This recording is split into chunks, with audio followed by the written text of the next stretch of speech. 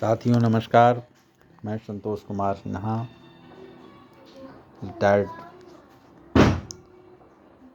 PGT history. प्रधानमंत्री ऋषि सुनक के selection पर पूरा देश खुशी मना रहा है और मैं भी खुश हूँ, लेकिन मुझे बड़ा ही गर्व है इस बात पर कि इंग्लैंड के पार्लियामेंटारियन ने मेरिट के आधार पर, डिस्कशन के आधार पर, शास्त्रार्थ के आधार पर जो भारतीय परंपरा है उस आधार पर डिबेट करके प्रधानमंत्री का चुनाव किया है और पहला एक अश्वेत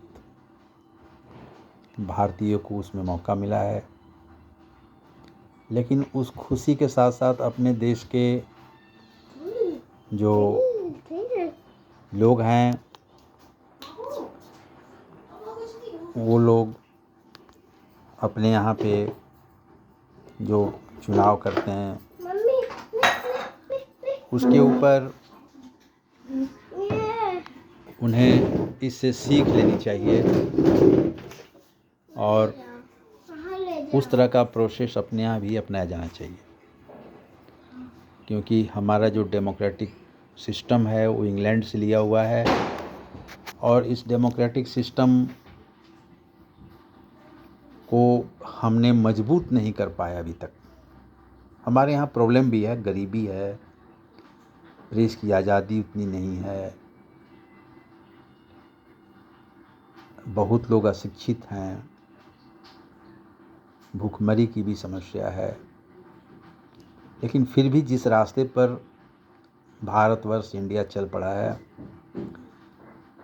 उसको अब धीरे धीरे डेमोक्रेटिक संस्थाओं को मजबूत करने की ज़रूरत है।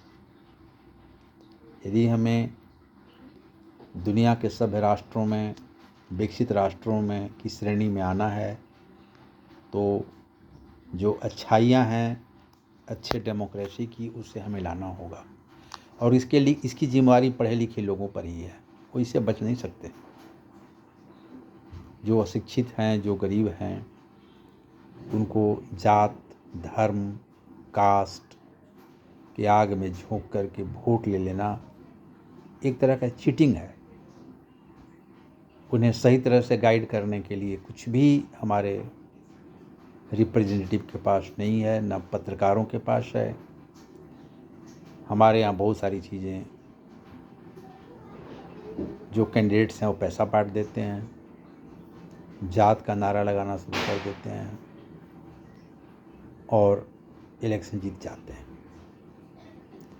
तो ये चीटिंग है और दुर्भाग्य यह है कि पीपुल्स का जो रोल है इलेक्शन में वो कमज़ोर पड़ जाता है और एक तरह से डिक्टेटरशिप ऑफ इलेक्टेड रिप्रेजेंटेटिव हो जाता है, क्योंकि उससे वोट ले करके फिर डिक्टेटर हो जाते हैं वो।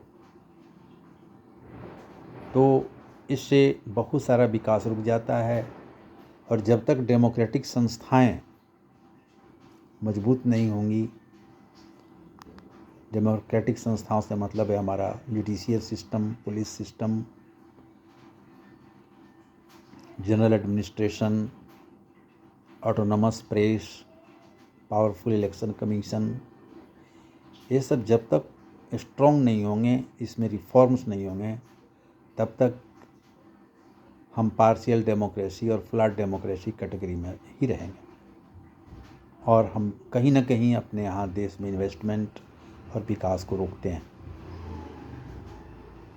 जहाँ तक पश्चिमी देशों की बात, इंग्लैंड की बात है, वहाँ गरीबी नहीं है, सब लोग पढ़े लिखे हैं, सबका इनकम एक लेवल से ऊपर है और वो कैपेबल लोगों को ही सिलेक्शन करते हैं, चाहे कोई भी पोस्ट हो। और हमारे यहाँ इलेक्शन कास्ट बेस पर होता है, धर्म पर होता है। ये हमारे लिए दुर्भाग्य है, हमें गरीबी की ओर धकेलता है, सुविधाओं से वंचित करता है, बदनाम करता है और हम पीछे रह जाते हैं। तो मुझे यही कहना है कि खुशी के साथ साथ कुछ ज्ञान भी प्राप्त करना है, कुछ उनसे इंस्पिरेशन भी लेना है, कुछ समझदारी भी बढ़ाना है हम भारतवासियों को, और इसी तरह की अच्छाइयों को एक्सेप्ट करते हुए अपने देश को, अपनी डेमोक्रेसी को, अपने संस्थाओं को मजबूत करना है, ताकि हर कोई को विकास का मौका मिले, देश आगे बढ़े, रोज़गार बढ़े, गरीबी ख़त्म हो, संस्थाएं मजबूत हों, शिक्षा का हमारे यहाँ भी world class engineering college, management college, medical college और बहुत सारे और कॉलेजेज और यूनिवर्सिटीज़ का विकास हो। वर्ल्ड रैंकिंग में हमारे यूनिवर्सिटीज़ पिछड़ रहे हैं, आईआईटी भी पिछड़ रहा है, यूनिवर्सिटीज़ भी पिछड़ रहे हैं। तो इसको हमें आगे बढ़ाना है और अपनी डेमोक्रेसी को मजबूत करना है।